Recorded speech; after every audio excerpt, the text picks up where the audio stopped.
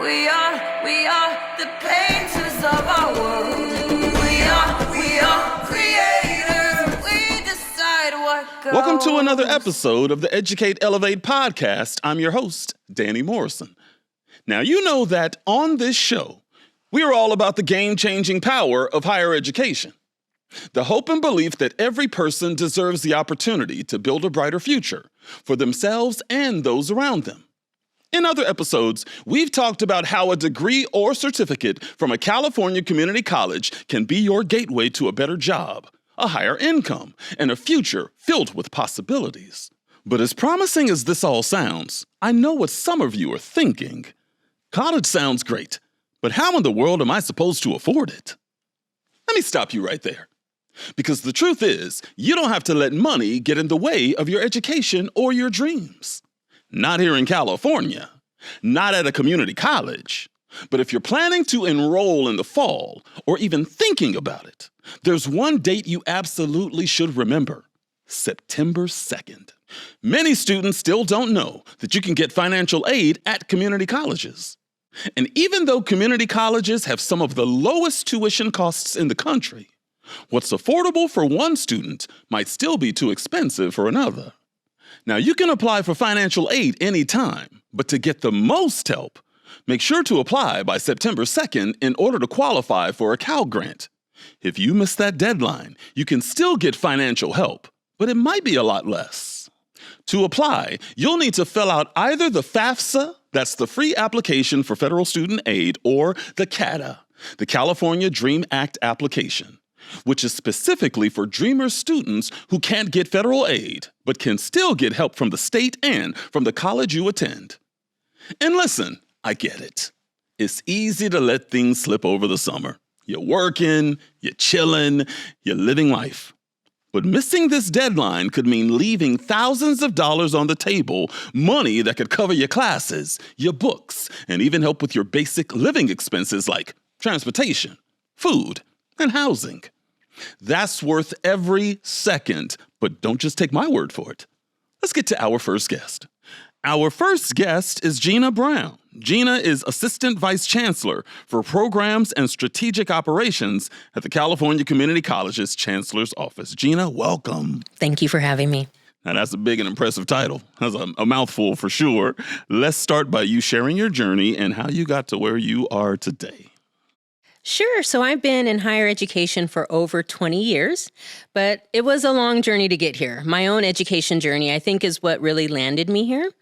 I was a student at the community colleges back in the early 90s, and I was not successful at all. I did not have the financial support, the emotional support. I was housing insecure for some time. So I chose to work, and I stopped going to college altogether. And then I got a full-time job. One day I was working. I used to work for a company called EdFund. Representatives from CSU Sacramento came and saw us, and they were offering a program for working adults where they would give us credit for prior learning. And so I was like, why not? Let me try it. And so they were offering me 30 units of credit for prior learning for all of my previous work experience.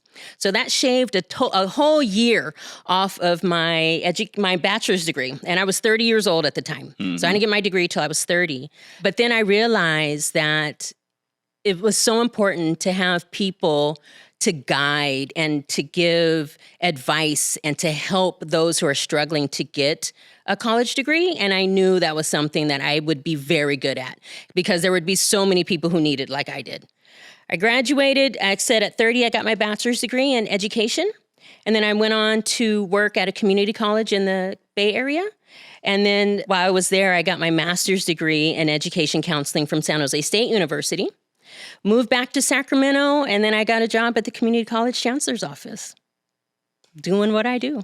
Now, there's a lot of perceived barriers for students considering higher education, and the cost and fear of going into debt are at the top of the list. What do you say to that? I say that you cannot let fear keep you from trying to achieve your college dreams. Financial aid is available to help overcome the barriers and help ease those fears. There's all kinds of helps available to students financially that can help them pay for the cost of going to college, books, supplies, housing, and everything like that. But The only way that you can overcome those barriers and overcome the fears is to learn what's available for you. And the way you learn what's available is by applying for financial aid every year. And in terms of the barriers, our community colleges have so many levels of support. There's housing support, mental health support, tutoring, there could be transportation support. So there are barriers, but there are built-in mechanisms to help students overcome those barriers. So some of our viewers and listeners may have heard of FAFSA, CADAA, but can you break it down for us? What are these forms? Why are they important? And how are they different? Sure. So we've got FAFSA and CADAA, or California Dream Act application. And what they are the applications to get financial aid. So that's what they are, number one. FAFSA, or the free application for federal student aid, is for students who have Social Security numbers or they are permanent residents. And then the CADAA, or Dream Act application, is for our undocumented students. So basically, they're the applications, students fill them out so they can see how much financial aid they're eligible for every year. Some people think financial aid is only for low-income students interested in going to college. Many self-disqualify for various reasons, such as thinking they may make too much money for completing the forms, too difficult, et cetera, et cetera. What do you say to that? I say never tell yourself no in any situation, right? So you never disqualify yourself, especially for financial aid. The only way you'll know if you're eligible is if you apply. There are some forms of financial aid for the lower incomes, and those are things like the Pell Grant or the Cal Grant. But there's so much financial aid available that is not financially need-based. There's work study, there's scholarships, there are even loans. But the only way to find out what you're eligible for is to apply. Now, there's one date that keeps popping up over and over throughout this podcast, and that is September 2nd, September 2nd, September 2nd. Why is this deadline so important, specifically for community college students? September 2nd is the deadline for the Cal Grant Community College Entitlement Award. And the most important part of that is entitlement. That means if you are eligible and you apply, you get it. Right? So that's why September 2nd is super important.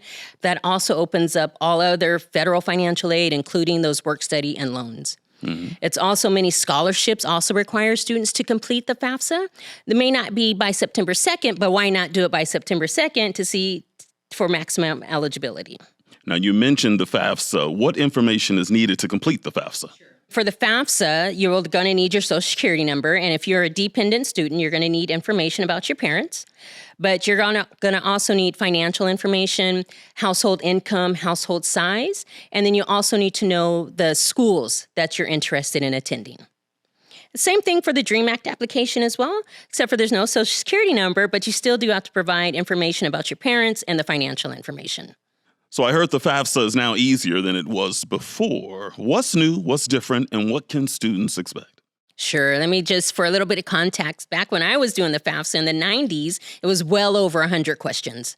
Today, it's down to about 30 to 36 per student.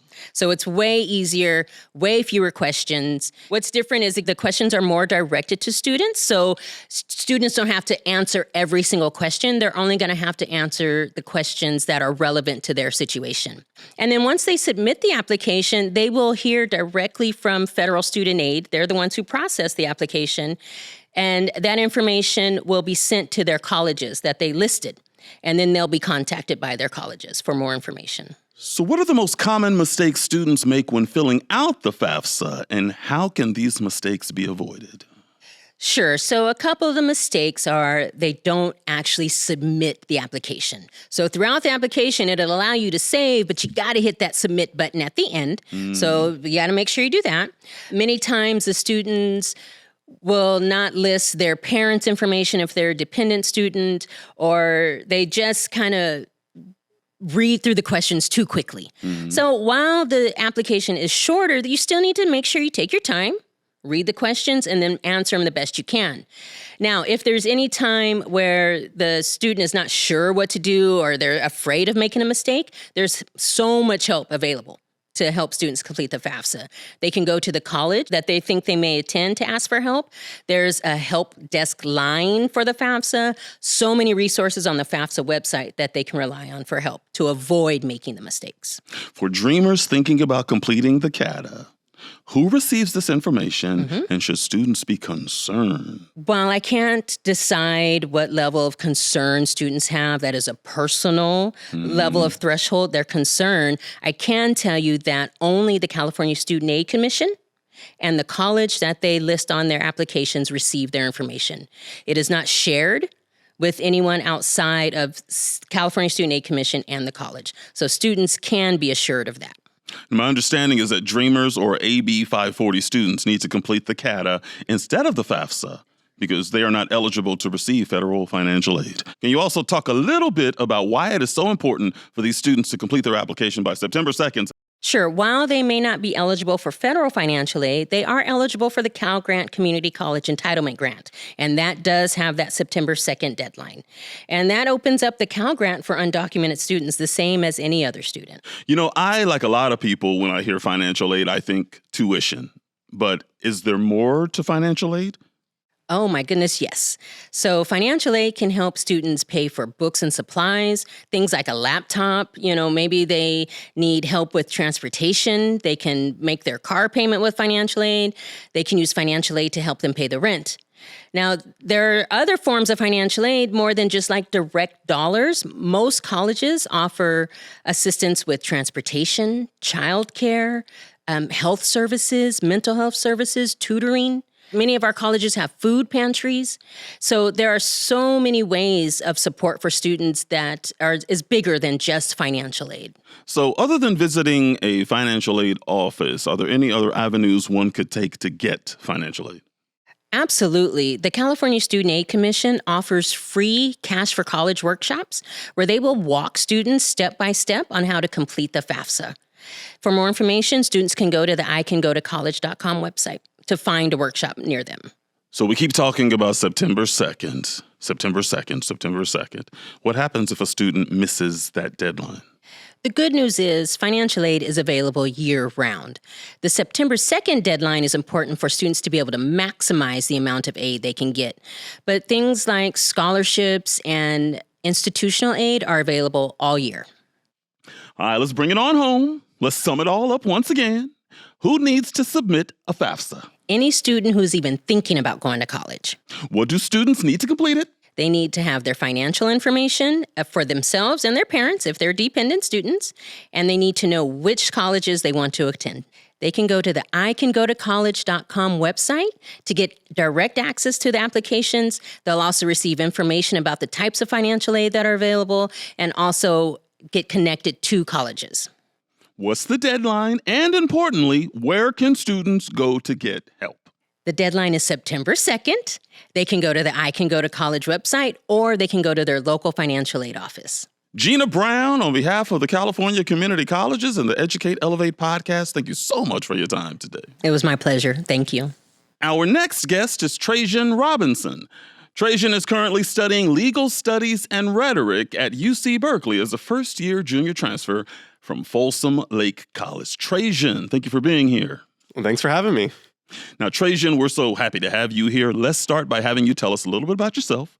Where are you from, and what was life like as a younger person and in high school? Yeah, so I moved around a lot. Born in Los Angeles, moved to the Bay Area, and then did the rest of my community college in the Folsom Lake area. Attended pretty much every Los Rios Community College, but Folsom is where I did all my in-person classes. That's home. That's where I got my associates completed. So when did you start thinking about college, and what concerns did you have about going? Great question. I should have thought about it sooner, but junior year of high school. So Trajan, in your own words, tell us why you think financial aid is so important to so many students. So I think financial aid is important to so many students because many students don't know how they're going to afford college, and many students' parents don't either. And that expectation from parents is sometimes handed to students, and that becomes an ingrained belief about what they can do education-wise, and that becomes something about life potential and your own goals, your own self-actualization. So I think that's very important to a student's life. If you think you can't afford college, you most likely can, and you should apply and look at all the options that there are to get through college. There's so many options provided by the state. There's so many grants. There's so many scholarships. I used to think that, there wasn't that many, but there really are. So when did you first hear about FAFSA and learn it opens doors to many different types of financial aid? And the first time I learned about FAFSA was when I stepped onto a community college campus. So did you complete the FAFSA before going to Folsom Lake College?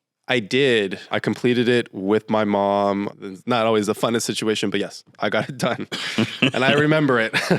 So take us inside. What was the process like filling out the form? So the form is much easier now. You go online, you create an account, and I believe that there is a parent account as well that meshes with your account. And then you just go through the steps. You list, how old you are, your birthday, address, parents provide their income and, taxes at some point. And it's pretty straightforward. It's way easier today. I want to say when we get it done now, it's not more than an hour. Right. I don't remember spending an hour on it lately. I remember in the past when we first did it, when the website wasn't as new, we spent a little bit more time on it. And it was stressful, but I feel like it just gets easier every year. And that's no joke. So, yeah. So did you get any help or you do it solo? Solo with the family. I think that there's a lot of help that the community colleges do provide. And I wish I knew about that. And I think they advertise it so well now. I think so many individuals from whatever campus you're at, or even just from the system at large, to help you get that form done and get some money so you can pay for your education.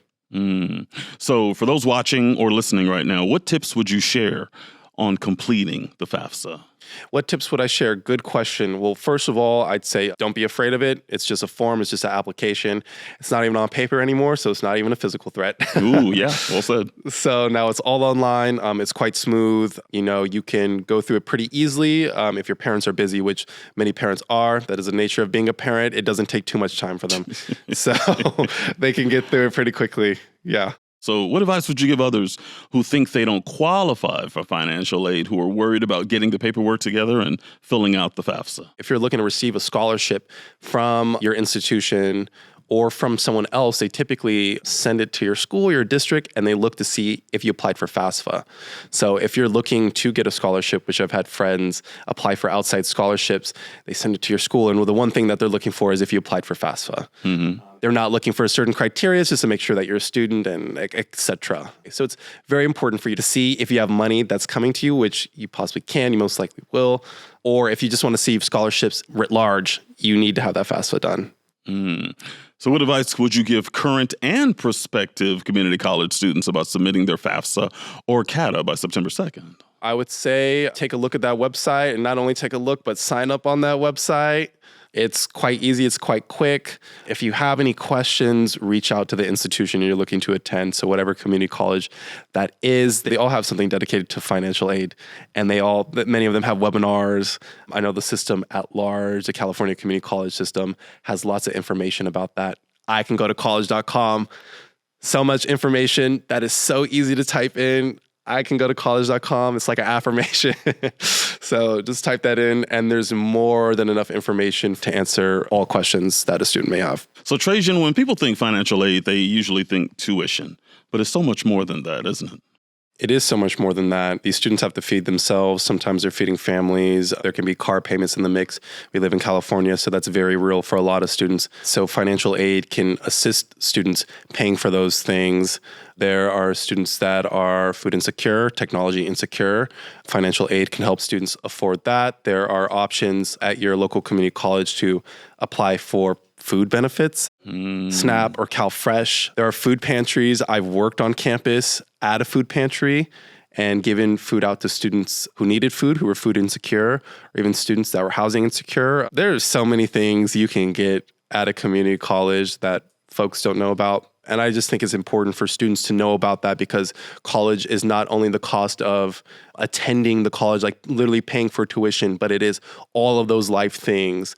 And many of those life things, there's support for that. That support exists. All of it starts for students by stopping by their financial aid office. Now, you mentioned earlier that you don't even have to fill out physical pages to do the application anymore. There's an actual website that you can go to fill out the FAFSA. Where is that?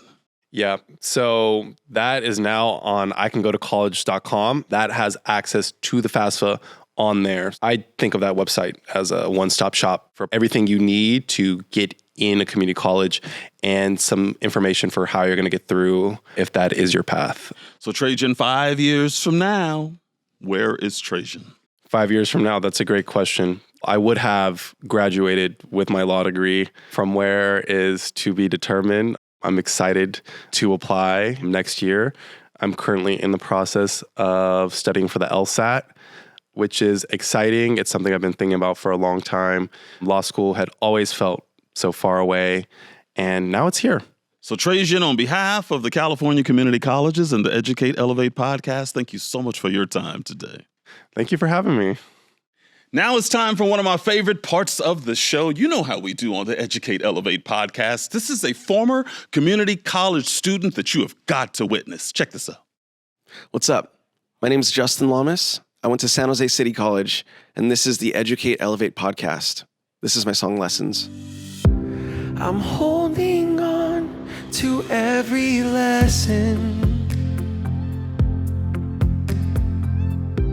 The words you left continue blessing.